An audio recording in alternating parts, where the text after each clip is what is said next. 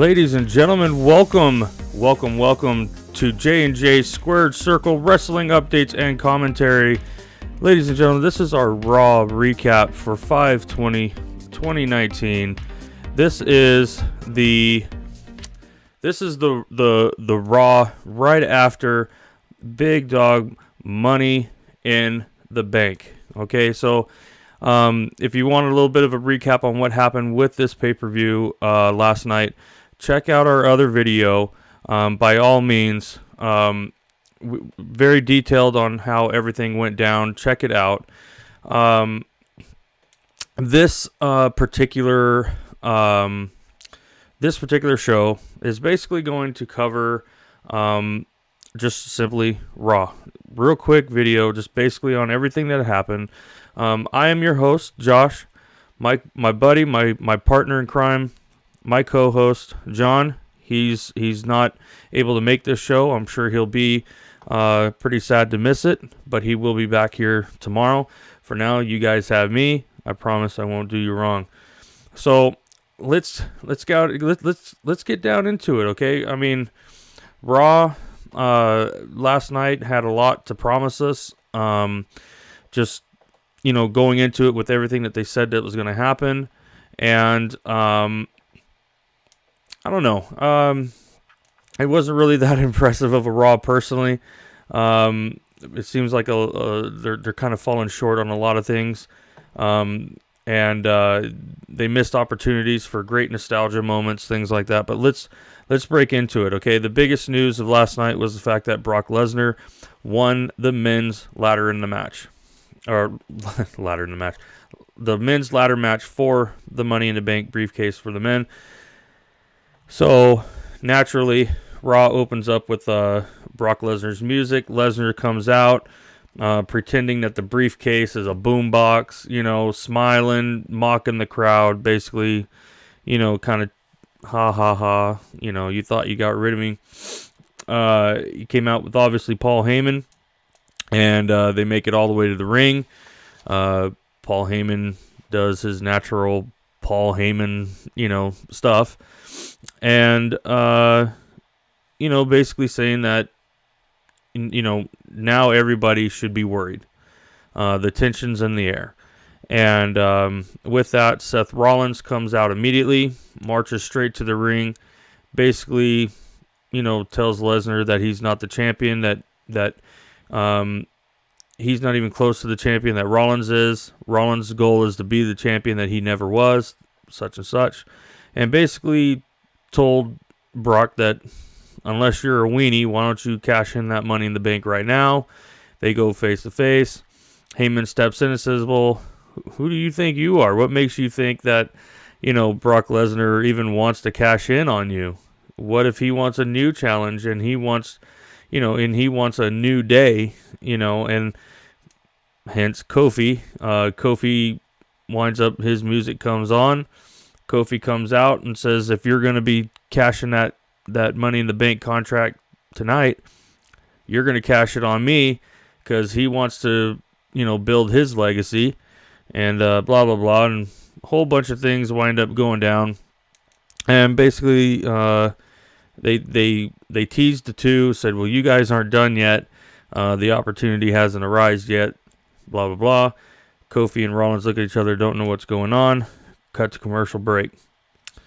The next cutscene that comes on, Mick Foley finally arrives. He's got the new title over his shoulder. It's got a WWE wrapping around it, so you can't see what it is. And then it cuts to Sami Zayn, basically being a crybaby and a weenie. And this time he's begging Bobby Lashley to help him take on Braun Strowman. Bobby Lashley says, you're on your own, dude, and winds up leaving him. Sammy walks out with his tail between his legs, heading to the ring to face Braun Strowman. Braun finally, they cut to commercial break. Braun finally comes out. Sammy runs. Braun ends up chasing after him, and ring around the rosy, around the entire arena. Finally, Braun gets the upper hand, carries him to the ring. Match continues, basically lasts about 2 or 3 minutes. Braun Strowman ends up power slamming him. Match is over. They basically announce that little miniaturized feud is over, and then they move on. And I believe the next in line for him is Bobby Lashley. So look for that to happen probably at Showdown or something. And then cuts to Seth Rollins and Kofi Kingston. And they're basically walking behind the scenes. They don't know what's going on. Finally they run into Hunter. They ask Hunter, hey, what's going on? What is Brock Lesnar talking about? And Hunter basically tells them that their matches last night were incredible. They both did a great job, and now they're going to team up, and they're going to have to face Bobby Lashley and Baron Corbin.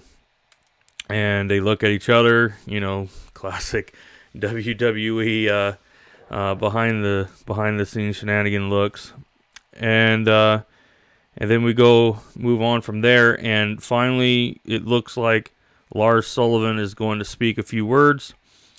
They decide to interview him in the middle of the ring. He comes out. He's about to start talking, and Lucha House Party interrupts, and it looks like that they're pretty much ready for a fight. They start taking off their stuff, and they attack him. And it looks like they're going to get the upper hand. But instead, excuse me, Lars finally gets his rhythm, starts tossing them around the ring a little bit, and winds up getting the upper hand once again. And then we move on real quick to Ricochet versus Cesaro. Now, Ricochet was in the back getting taped up. Cesaro comes out, starts kind of, poking fun at Ricochet's ribs about, you don't have to do this, everybody will understand that you're too hurt and yada, yada, yada. Egging him on. Ricochet goes out, and he fights Cesaro. It was mainly one-sided, just about everything Ricochet did. He was hurt, he was taped up. Obviously, it was all a play. And Cesaro wins that matchup between Ricochet and himself. So next you cut to AJ. He's in the back giving an interview, doing the classic, I wasn't the better man. I will start from the bottom, work my way back up, and I'll be better than ever type speech. Corbin comes out and literally says just that to AJ. He's like, that's awfully lame. Nobody wants to hear it. It never happens. Da-da-da. You lost, and I've beaten Rollins. You haven't. Therefore, you didn't deserve it. Blah, blah, blah.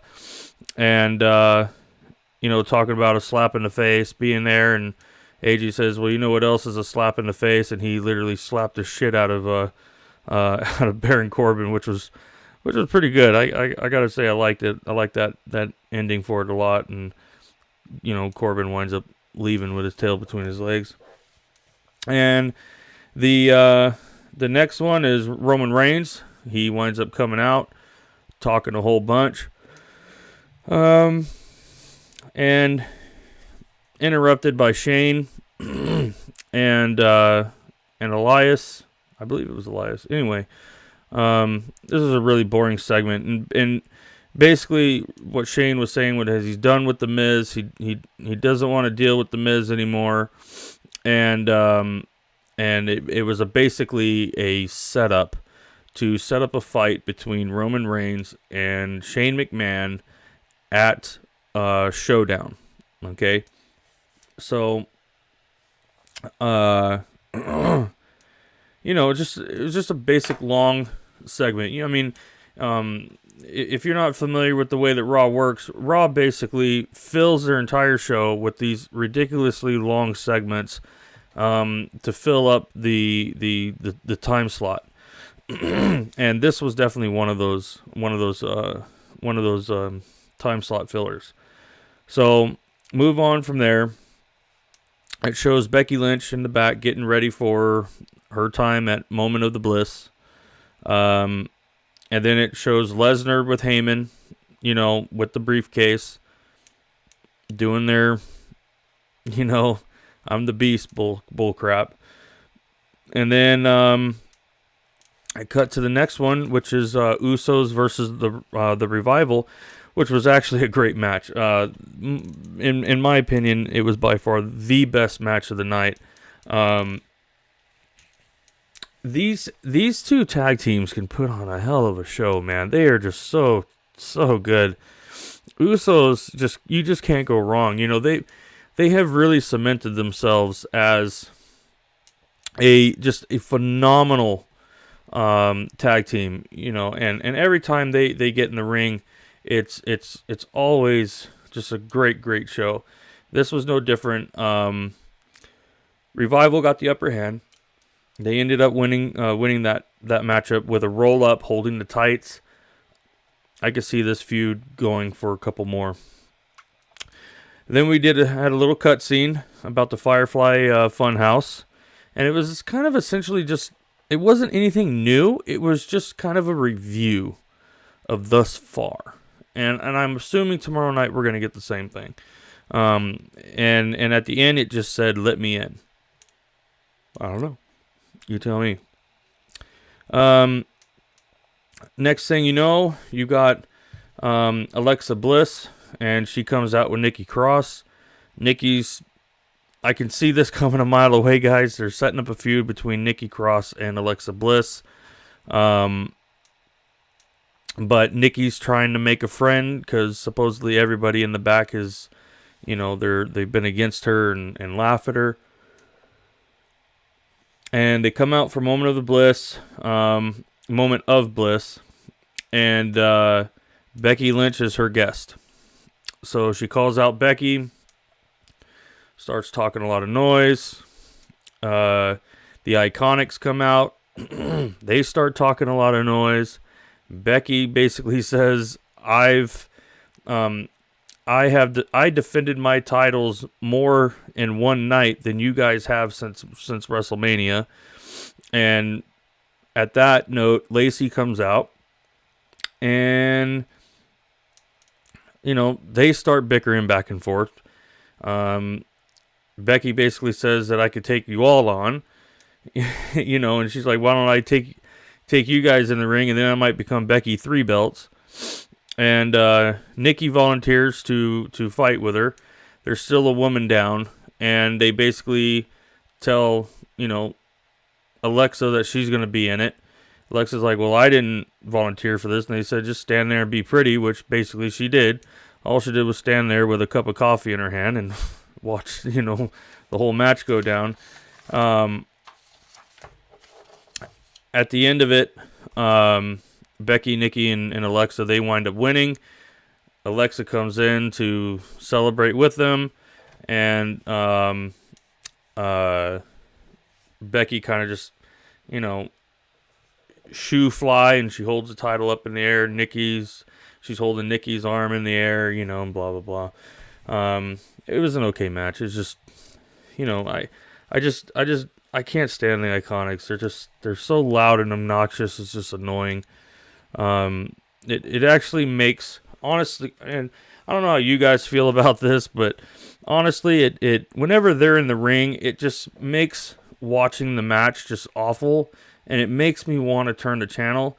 And the only reason why I don't, you guys, is because I want to make sure that I have some details I don't want to miss something for you guys, but for the most part, I really want to go to watch something else. It's just awful. So, but it is what it is. So, the sacrifices we make for you. So, moving on. Now's the time. Mick Foley comes out. It's time to unveil the brand new title. Last night we had a prediction, and the prediction was basically true. he basically announces that the new title is going to be called the 24/7 title, and it's going to be used across all brands. So Raw, SmackDown, NXT, 205 Live, okay, UK, all of those brands are going to have access to this belt. And for those of you that are with us, that were around for the Attitude Era, know about the Hardcore belt. This is a knockoff of that. Okay, it's essentially a Hardcore belt, falls count anywhere as long as there's a referee to do a 3 count. You have to defend it no matter where you are. It could be in your hotel room, it could be in the hallway, it could be in your car, wherever. Doesn't matter. I don't know what Vince has against the Hardcore name.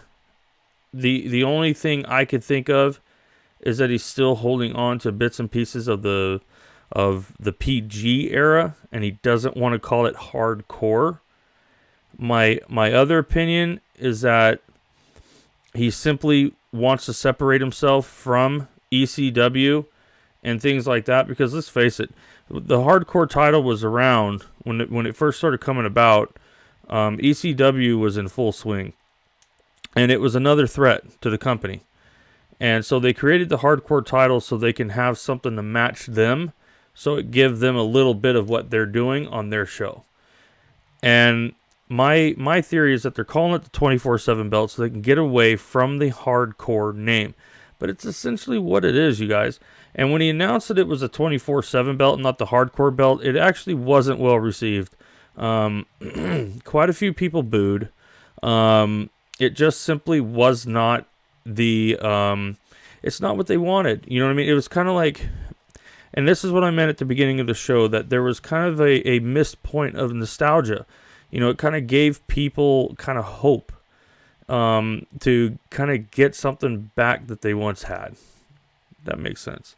So how they started it off, you come and get the belt, or first one to the belt wins the belt. So basically, Mick Foley lays the belt in the middle of the ring. First to grab it is the new champion. That's it.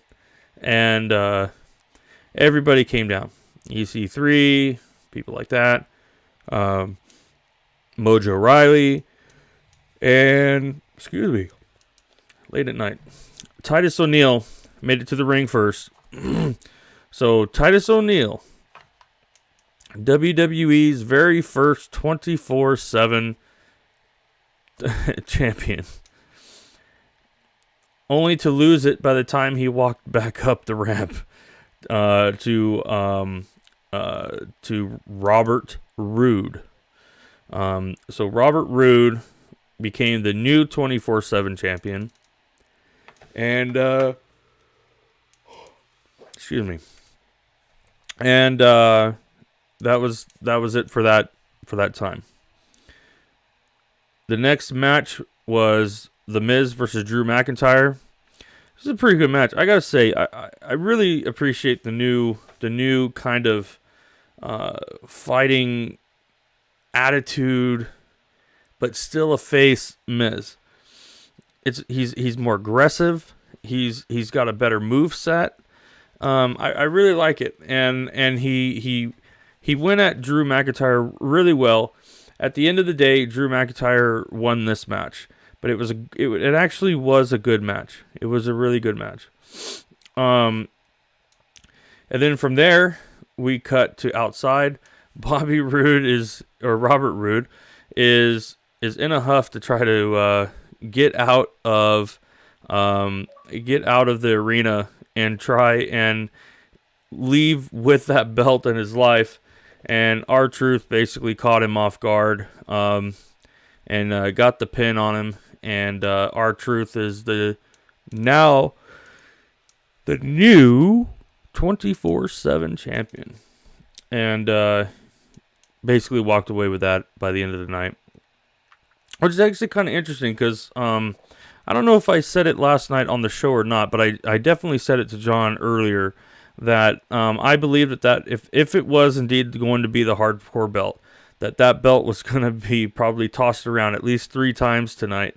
And sure enough, it was. Obviously, it's a 24/7 belt, but it's definitely a play off the hardcore belt. Kind of an interesting thing. The next matchup was Kofi, Rollins, and Bobby and Corbin. It was a good match. What can I say? All 4 wrestlers are great wrestlers. And they put on a hell of a show. It was highly predictable. Okay, it was obvious that Kofi and Rollins was going to win. They're the champions. You can't have the 2 world champions lose when they team up together. It's just, you want those 2 to be the most powerful people in the company. So it was highly predictable. Because of that, for me personally, it wasn't really that enjoyment to watch because I kind of already knew the outcome of it before it was going to begin, and so basically, Kofi and Rollins teamed up. Kofi came off top rope, did his whole thing. Pinned 1, 2, 3. It's all over. Kofi and Rollins are celebrating. End of the show. So overall, I give the show about 3 stars. It was definitely a better show than what we've been having. But now we're kind of back on that. How do I say it? It's we're kind of back in that building stage now. Now we got to build new feuds. The new thing coming is Superstar Showdown. And they're actually building that show up quite a bit. It's quite well. We're going to see more out of SmackDown tomorrow, and I promise you guys we're going to be on again tomorrow. Really looking forward to providing these videos for you, and we're actually going to be providing more. So, but as these start to build up, we're going to start getting more and more idea of where things are going to go throughout the month. Overall, it was a good show. I give it that. So, you guys, I'm going to cut it off right here. Thank you guys for taking the time to watch the video.